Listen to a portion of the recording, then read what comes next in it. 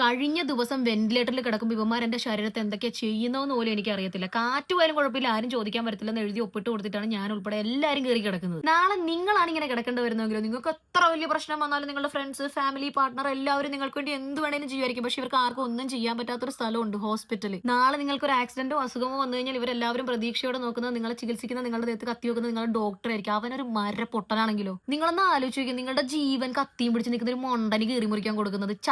പോകും. ഇനിയിപ്പോ പോയാൽ തന്നെ ആർക്ക് പോകും? ചത്ത് കഴിഞ്ഞ് പ്രതിഷേധിക്കാനൊന്നും പറ്റത്തില്ല. ശ്വാസം ഉള്ളപ്പോ പ്രതികരിക്കണം. അപ്പൊ ഒരുത്തന്റെ മെസ്സേജ് ആണ്, നീയാണല്ലോ CJP പ്രസിഡന്റ്. ഞാൻ അവന്റെ തന്ത.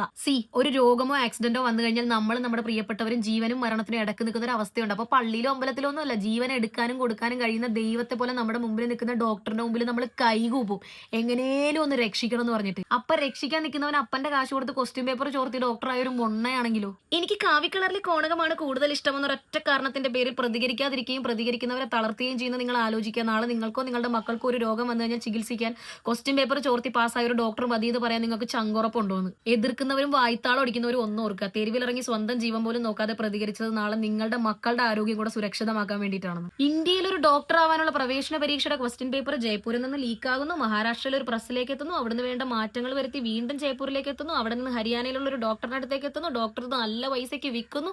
അത് കഴിഞ്ഞ് വാട്സാപ്പിൽ 30,000 മുതൽ 5 ലക്ഷം വരെ ഡിമാൻഡിൽ കുട്ടികൾ ഇത് വാങ്ങാൻ തയ്യാറാകുന്നു.